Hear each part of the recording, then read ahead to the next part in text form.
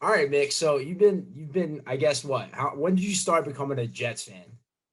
Man, I was 7 years old. It was the year the after the Jets won the Super Bowl.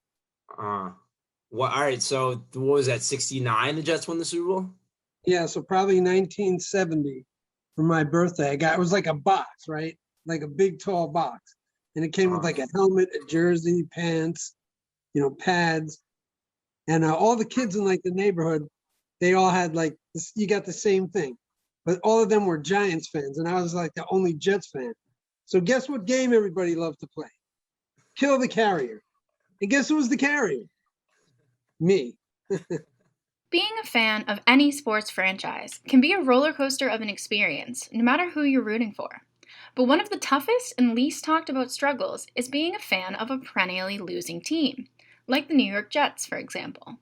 The Jets haven't brought home a Super Bowl since 1968, have never won a conference championship, and haven't seen the playoffs in over a decade. It was never like a dominating force that I ever remember. uh, There were like a couple of seasons where, wow, this is going to be a great season. Wow, they're doing really well. Wow, oh, they fucked it all up. Season's over. It's like I was like I hated that shit. Like one distinct memory I have was like during the Vinny Testaverde time, right? I'm sorry, fucking Vinny. Anyway, so I remember I came back from playing a flag football game, so it was probably late '90s, right? And I was all psyched to get home. I played the early game, so I get home and I turn the TV on. Honest to God, true story. So I'm like, all right, cool. I got just a few minutes. So I turn the TV on, and it's like Vinny's on the sideline warming up. It's right before the game had not started. So it's like 10 minutes before game time. And he's like on the side warming up.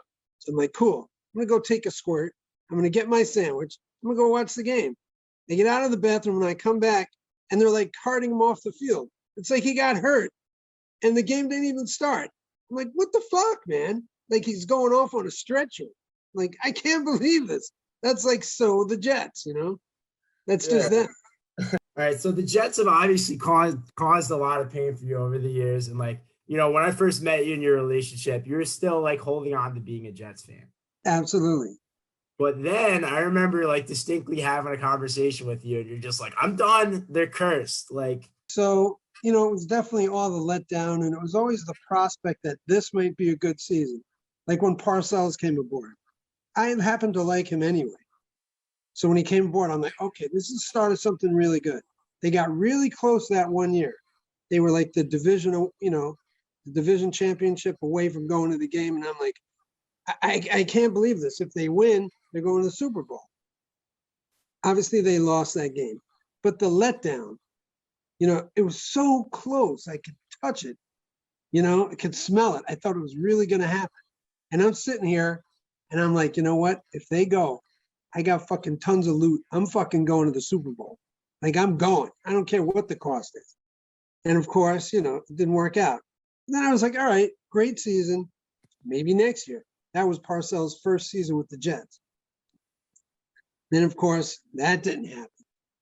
So, the letdown was always there. And it was always like something good was going to happen, but never happened.